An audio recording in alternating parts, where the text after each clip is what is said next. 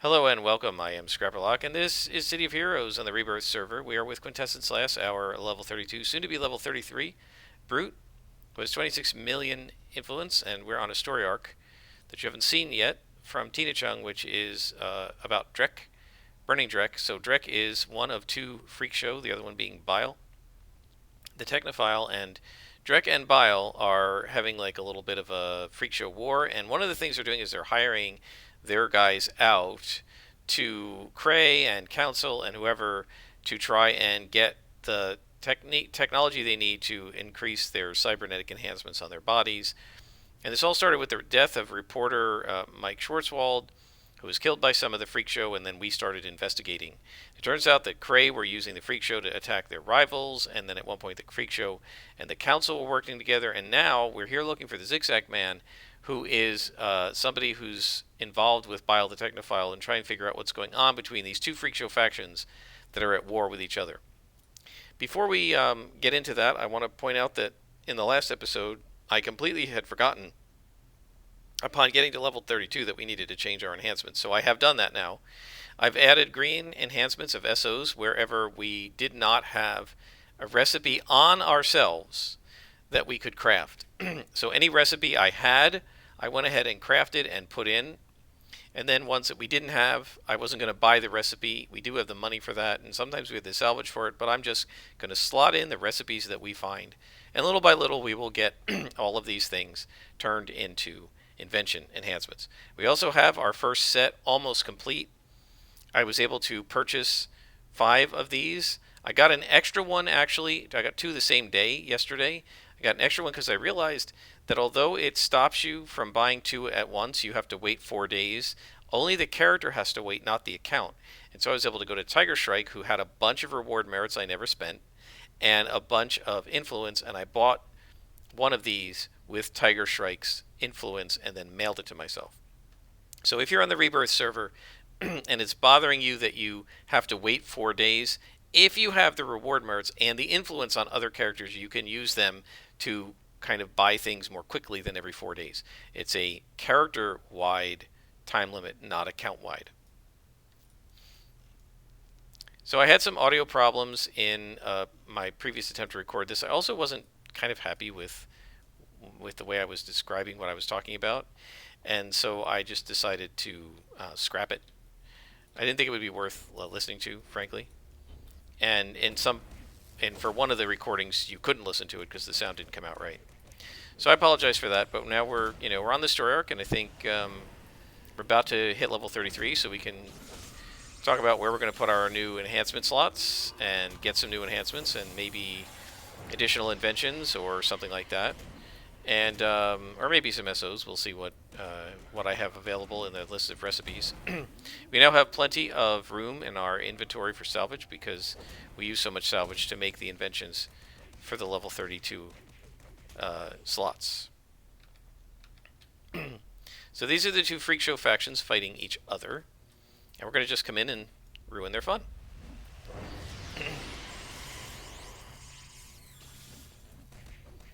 I always love doing AoEs to these guys. It's so much fun.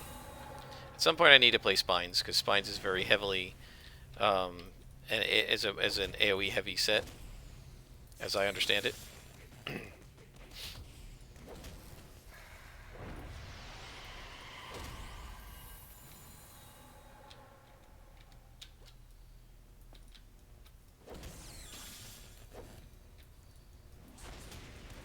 You will now see Shadow Maul recharging a little bit faster, and maybe us using it a little bit more because it's got the set on it, and the set has a little more recharge in it than I would have put in with SOs.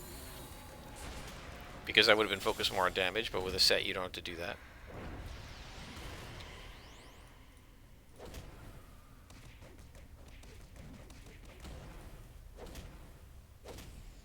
There we go. So, what did I get caught up recording that I wasn't happy about? In recent episodes, I've been talking about different aspects of role-playing games. In one I talked about manners, in one I talked about sandboxes versus railroads. In one I talked about whether players have the right to kind of demand to be allowed to go plane hopping if they really want to, even if the DM doesn't really want them to, and this sort of thing. In other episodes before that, I've talked about other stuff that I think is related as well.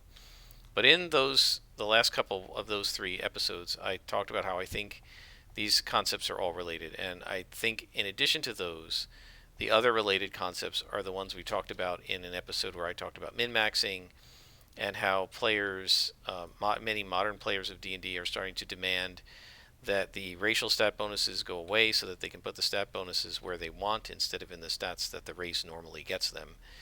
And things like if you're playing a race that's normally despised and disliked by the populations and you really don't want to play that, you shouldn't,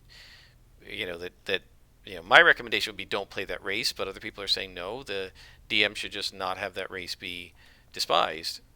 And I think all of these things are related in one way, and I think all of them represent, rather than, I guess the best word for it is demands by the players of these characters to basically be catered to have the campaign cater to them, not to cater to players, but to the specific player who's making the demands.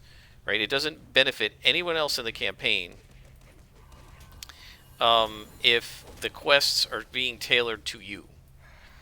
And so you have players, min-maxers, saying that I demand to have the racial stat bonuses not be set in stone, right? In other words, half-orcs don't have to get constitution and strength, because I might want to make a charisma-based character, and I want my half-orc to get a bonus in charisma so that I can get an improvement in my character's abilities, right? And I don't care what the rules say that these bonuses should be.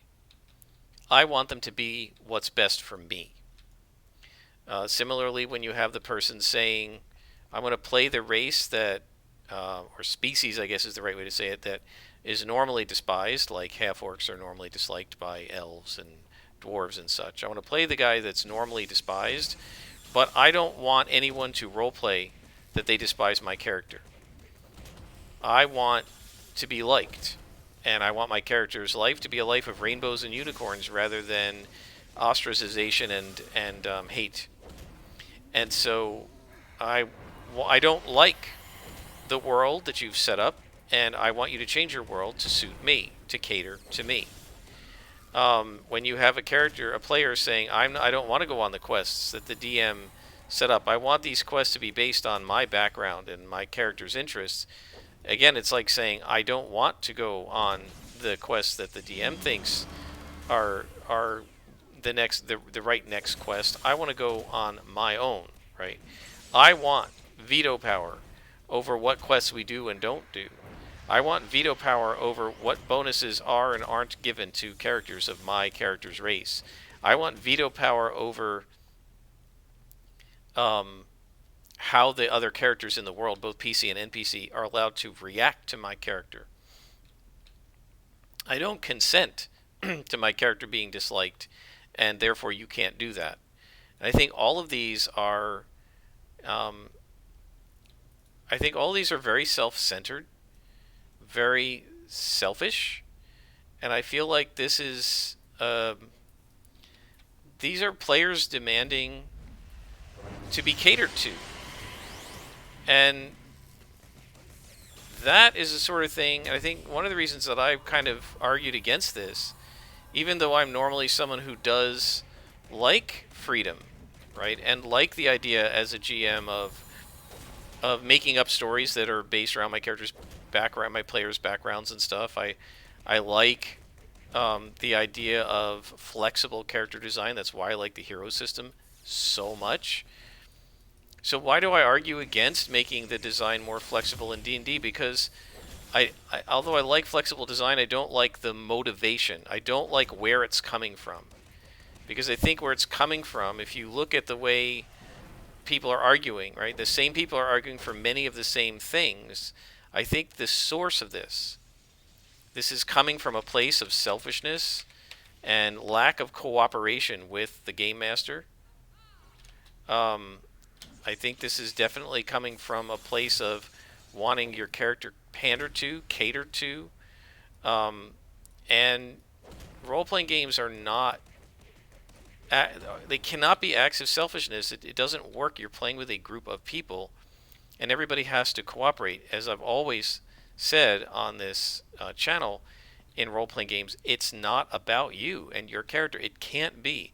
There are 4 or 5 or 6 other people in the Zoom or at the table, and they don't care what happens to your character, except insofar as it may relate to the whole team. And so I think that all of these things, in my view, are coming from the same source. And maybe I'm wrong about this. I could be. But I think a lot of this is people who want to be catered to. They're selfish, they want their interests served, and they don't care if what serves their interest makes the world a less interesting and engaging place, makes the game less challenging. They just want what they want. And I think this stuff all comes from the same source. And the reason I say that is because, I mean, I think logically it comes from the same source, but also I think that I'm seeing these arguments on the same side, all being argued by the same people. It's the same people saying that if I want to min-max, you shouldn't stop me from min-maxing by giving me racial stat bonuses that are imperfect, that make my character imperfect at level 1. They're the same people saying if I don't want to roleplay that my character was discriminated against, I should be allowed to play the race that's discriminated against, but not have discrimination being roleplayed against my character because I don't want to. The same people are making the argument that if the DM doesn't put quests in front of you that are exactly what your character wants, you don't have to go on them, and you shouldn't have to, and that the DM should be mining your character's backgrounds for stories rather than making up quests he thinks are good. I feel like this is all the same argument. Whether it's about the rules or about the setting or about the quests or about whether the amulet of the planes is something a DM should or shouldn't give his players, I feel like the same argument is being made from different angles in all of these cases, and that argument is that the players are to be catered to. And if a DM doesn't, and if the game company and the DM don't cater to the players and give them their heart's desire, then the game is bad or the DM is bad. And I think that, there's an old saying, be careful what you wish for, you just might get it. What's the other version of that? When the gods wish to punish us, they grant our wish. Right? You have to be careful what you wish for, because if what you're wishing for is to have everything be easy, you're going to find the game quickly become boring.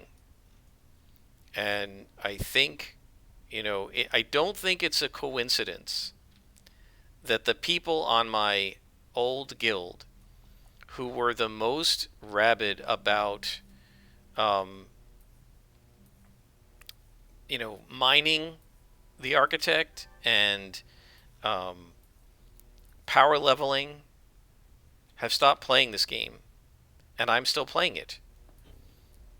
Right? Be careful what you wish for. You get to level 50. How many times can you do the same level 50 content? Right? You're not doing any of the other content, so you're just doing the same missions over and over again. And I don't want to judge the way other people play. If that's fun for them, that's fine. But I think I think it is not a coincidence that the people who have done that aren't playing the game anymore. Right? A lot of people, even at the beginning, right, when this game first came back,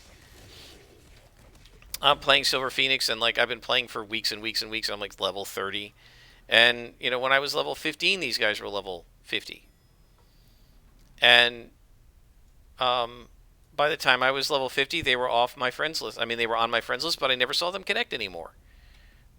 Why? Because they got bored. There's a danger if you can min-max and your character never faces adversity because you can't, no, they don't do anything, nothing happens to your character except what you like, then it can get boring, right? The challenge is usually what we're here for. So you have to be careful what you ask for, because you just might get it. And there's the zigzag man.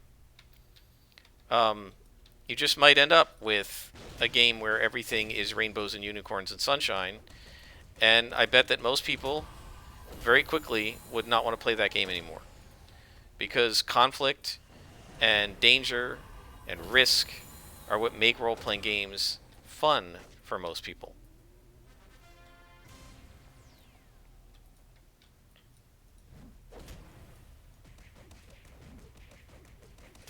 Look how easy it is when it's white cons. I mean, do we really want to play this way? And you might say, well, people aren't asking for it to be easy. Well, what do you think they're doing when they're saying I have to have +2 into my prime stat at level 1? What's that going to do to the game? It's going to make the level 1 game easier, right? It's going to make you get to max of 20 in your prime stat that much faster at that much lower of a level and give you that much of a more of a bonus. At level 17, it doesn't matter whether you're +4 or +5 in your prime stat bonus, because you have such a high proficiency bonus, it doesn't really matter. But at level 1, when your proficiency bonus in D&D 5th edition is +2, whether you have a +2 or +3 in something translates into a like 25% increase or decrease in your character's abilities. It's a huge increase, right? And so saying I've got to have that or else I won't play is saying I want the game to be 25% easier. I want to be able to hit 25% more often. I want to be missed 25% more often. And if you don't let me do that, then I don't want to play. That's literally saying I want the game to be easier. It's like saying I will only play City of Heroes if everything is at -1. So we got to go into the mission difficulty and set it at -1 or I won't play. And the same thing with, oh, I don't want to roleplay a character who's despised by everyone, but I do want these other racial bonuses. Again, it's the same thing. I want the game to be easier. I want the plus to charisma or the plus to strength or whatever. I'm a more effective barbarian as a half-orc than a human, so I want to play a half-orc, but I want to be treated like a human. What are you saying? I want the game to be easier because it would be harder if I were playing a human. What about choosing only the quests that you want? Again, I want the game to be easier because I want to cherry pick the quests and only go on the ones that I want to go on that suit my character, which means my character will be good at them. And you have to be careful, because if you're actually doing this to the DM and the DM is caving to all of these requests, or the game company is caving to all these requests, you could end up with a game that is super easy, and then what happens? People get bored and they stop playing. What have I done? My supergroup mates have accused me of playing the game on hard mode by using only single origin enhancers and or generic inventions, not using these sets, right? I'm playing it on hard mode, but it's still challenging, and therefore I still want to play, right? It's still hard enough that I find it fun. In fact, I'm getting ready. I think we need a little bit more accuracy, but I'm getting about ready, probably at this level, at level 33, which I almost forgot about. We need to go talk to the trainer, who's infernal over here. We're about ready now with the number of enhancement slots and the number of accuracy enhancements we have. I think we're about ready to go to +2. I'm raising the difficulty. Why? Because if it's too easy, it's going to be boring for me to play and boring for you to watch. And so I think you have to be very careful. A lot of the requests that people have of what they think is going to make the game more fun is sort of making their character more powerful, which is making the game easier. And I think people don't realize easy doesn't necessarily mean fun. It's like fun for one mission to just go in and wipe it, and then after that you're like, well, okay, this is boring now. Why am I playing?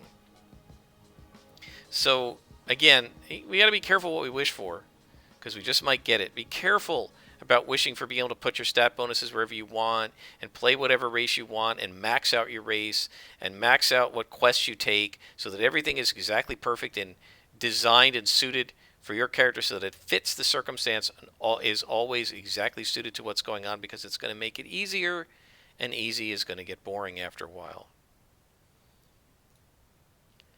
All right, let's level up. So we have 3 slots. And the thing we're going to do is do 2/3 into attack and 1/3 into defense, because we really don't need a lot of other slots in here. So we'll do 1 for energy cloak. And then I think I'm going to finish Siphon Life, and we'll put a couple of health on there. So let's take a look at what recipes we have. I don't know if we have enough health recipes. I don't know if we have any health recipes. We don't seem to have any heals. We do have defense buff. Yes, so we just need 2 runes. So let's check the auction house. Oh, and I just sold something for 111,000 influence, which isn't much, but that's okay. And I sold something else for 111,000. Okay, so there we go. And we just got a badge for selling stuff. Okay, so inventions. We're looking for rune.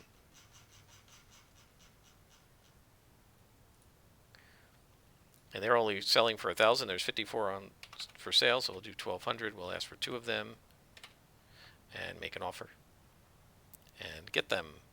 And so we should be able to create that defense buff. Now, what about health? So we don't have any health. All right, so we're just going to have to wait on that. I will pause it here, and we're going to go invent, and then I'll be back as soon as we... Wait a minute. The university's right here. I thought I was going to have to go to the base, and actually the base is right here too. Let's go to the base. You guys can see what I've done on it. It's not much. But we've added another room, I think, since the last time you saw it.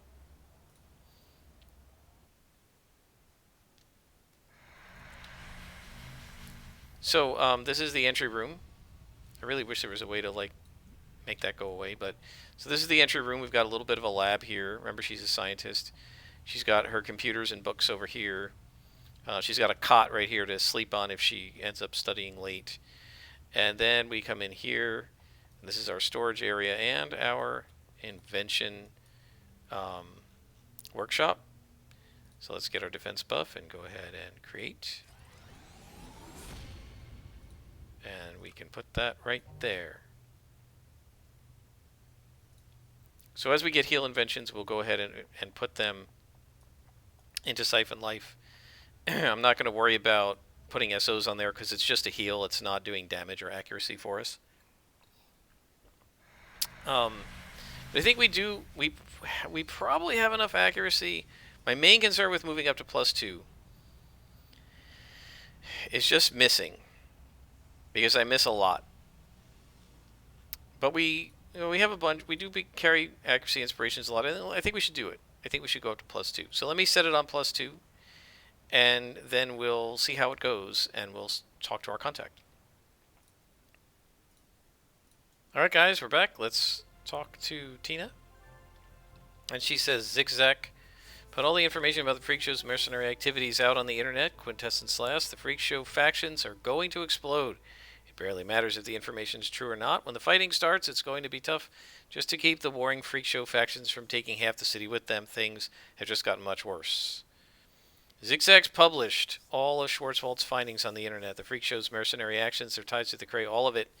It started an intense war among the Freak Show factions. For the most part, they're sticking behind Drek, but that's probably just pack instinct. The more ideological factions are trying to go out on their own. One of those is Clamor's group of anti-corporate militarists. I have good word that they're uniting behind a freak named Clamor Boy. They're planning to break Clamor out of jail along with that young freak faction leader, Upstart. I need you to take them out. So it's going to be us against Clamor Boy and his men. And Clamor Boy is an elite boss. If he is, we could be in trouble here if he's +3 to us, because he could be +3. +3 elite boss is going to be tough. On the other hand, we have a lot of powers to work with, and we do have a lot of inspirations, so we should be okay. We're going to try it, and we'll see how the +2 goes. If we get our asses kicked, we'll go back down to +1. But I do want, as I was just saying, a challenge. And I think that this will be a good challenge for us. +2 and +3 freak shows. Because the +1s are just a little too easy. And +0s obviously are just a no-go. Now I don't know if it's going to be up to +2 yet. Usually if you zone after setting it, it does register. But sometimes it takes an extra mission or even a log out and log back in to register that you have upped the difficulty. So we'll just see. If it's not +2 in this episode, it'll be +2 by the next episode. We're now 33rd level. This character is just zooming through the levels, and I think it's just because she just kicks so much butt that they go by really quickly, the missions.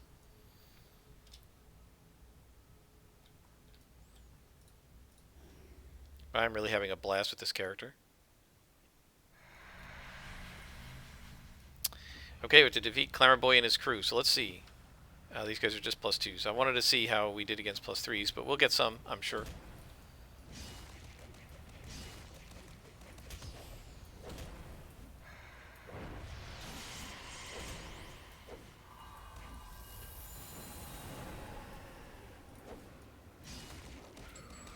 It's going to take a lot more hits to take out the +3s, of course. And we're going to miss a lot. It's just the way it is. We have to live with that. Fortunately for the endurance, in terms of taking all the hits, doing all the hits, with the endurance we can just run up to them and, you know, recharge our end, which is good. Let's do some soul drain.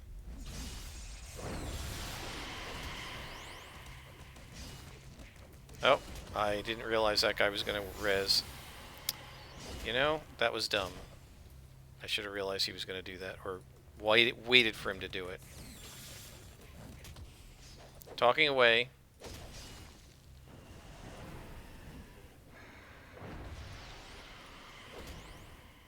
Now we count. 1, 2, 3, 4, 5. Against the yellow freaks, I was getting a little bit lazy because it kind of doesn't matter, but against orange, you really don't want to over aggro.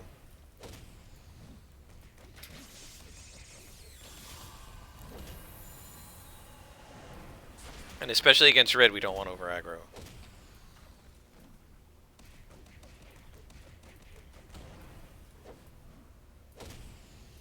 So at +3, the boss will be beyond purple, what I call deep purple.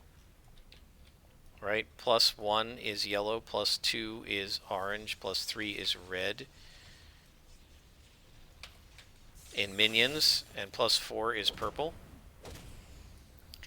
In a lieutenant, it's +0 is yellow, +1 is orange, +2 is red, and +3 is purple.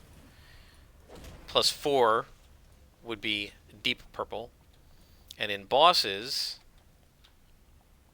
+1 or +0 is orange, +1 is red, +2 is purple, +3 and 4 are deep purple. So this is a purple lieutenant, but if it were boss, it'd be deep purple. All right, I think we're going to need at least 1 accuracy here. Let's go ahead and do a soul drain. And then pound. Purple lieutenant should be okay at this level.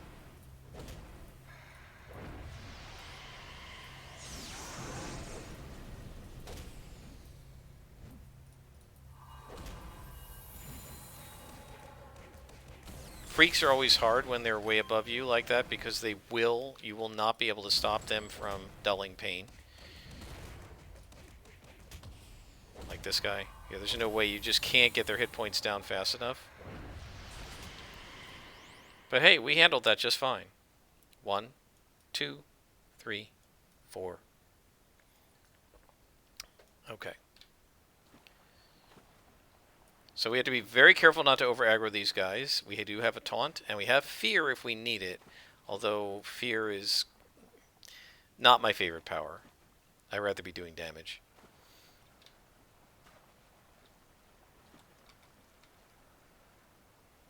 That's a minion, so that means we've got a purple lieutenant here somewhere. Oh no, just a red minion. Lieutenant must have spawned on the other side of the door or something.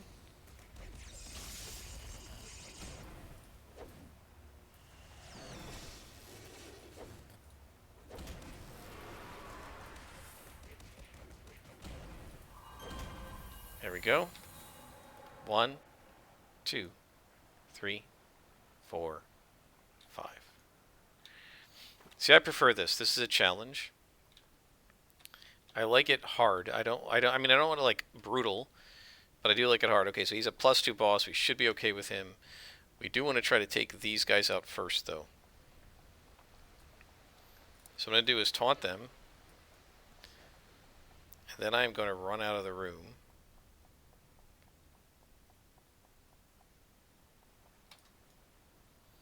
So that Clamor Boy does not come after us while we're fighting these guys. I think that's just going to be too much.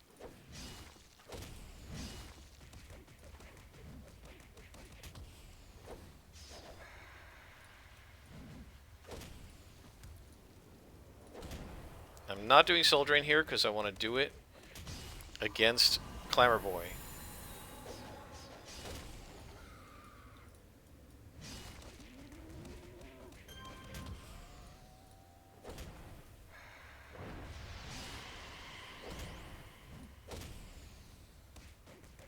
One, 2, 3, 4, 5. Yep.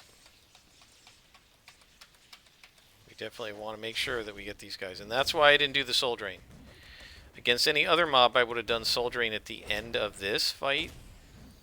Against these two guys, so that I could walk in with the buff. But against freaks,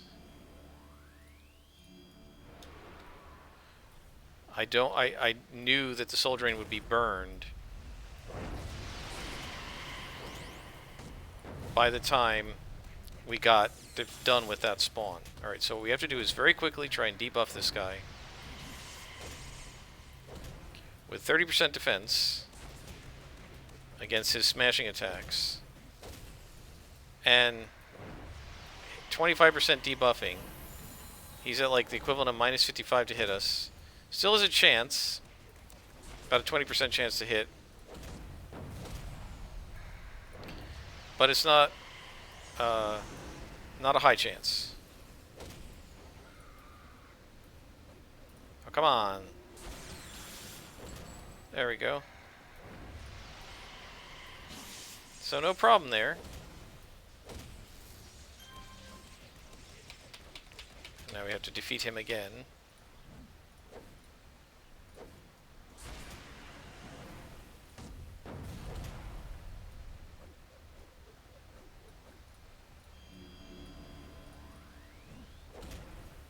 As you can see, we almost can't hit if we don't have an accuracy inspiration against a boss like this.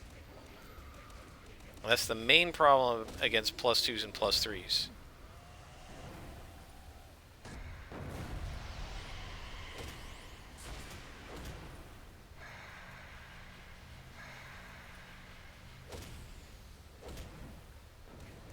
And against one guy, it's really hard because you can't really gain much endurance from them. And that is the mission.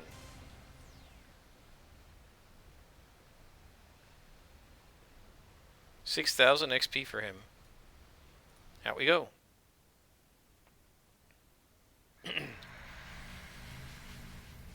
So we're going to call Tina, and she says, with Clamor Boy in jail, the plan to free Clamor and Upstart will dissolve. That's a big victory for you, Quintessence Lass. If those freak show faction leaders had been freed, they would have exacerbated the fighting among the groups. Alright, so we're still working on the story arc, as you can see. Probably finish it in another episode or so, but we're going to stop for now because it's been a while. We've gone through more than half an hour. So we're going to stop here. I hope you guys have enjoyed. I certainly have. Until next time, I am Scrapperlock, and this is City of Heroes on the Rebirth server.